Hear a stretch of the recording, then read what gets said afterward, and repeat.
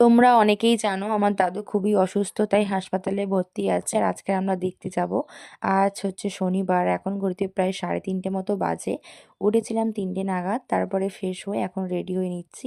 আর আমি একটা মানে সুতির একটা কুর্তি পরেছি। আর এদিকে দেখো দাঁড়িয়ে আছি বাবা মার জন্য। দাদা বাইকে করে স্টেশন পর্যন্ত ছেড়ে দিয়ে আসবে। আর এদিকে দেখো রাস্তা কিন্তু পুরো ফাঁকা ফাঁকা না, টুকিটাকি লোকজন আছে আর কি। তা 4:43-এর ট্রেন ধরে আমরা ফাইনালি চলে এসেছি বাক্সার কাছে, মানে নেমে পড়েছি আর কি। আর স্টেশনে দেখতে পাচ্ছ লোকজন জমজমাট হয়ে আছে আর কি। তা চলো যাওয়া যাক দাদুর কাছে এখন। আর তোমাদেরকে দেখাচ্ছি কোন স্টেশনে নেমেছি, দেখতেই পাচ্ছ। আর দাদার আসার কথা ছিল, কিন্তু ওর দাদার হচ্ছে কিনা অর্ডারি মাল ছিল দোকানে, সেই জন্য আজকে আসতে পারিনি। তাই এদিকে দেখো আমরা এখন ওয়েট করছি। আমার বাবা একটু বাথরুমের দিকে গেছে, আর আমরা এদিকে দাঁড়িয়ে আছি আর কি।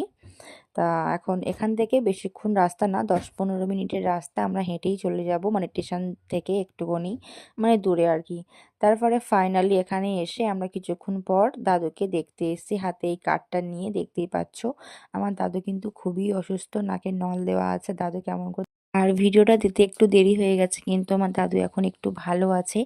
তখন দেখতে গেছিলাম তখন খুবই অসুস্থ ছিল, কিন্তু বাট আজকে হচ্ছে কিনা বুধবার, আজকে আমি ভয়েসটা দিচ্ছি আর আজকের ভিডিওটা আপলোড করব আর কি। দাদু এখন অনেকটা সুস্থ আছে, দাদু বাড়িতে এসছে।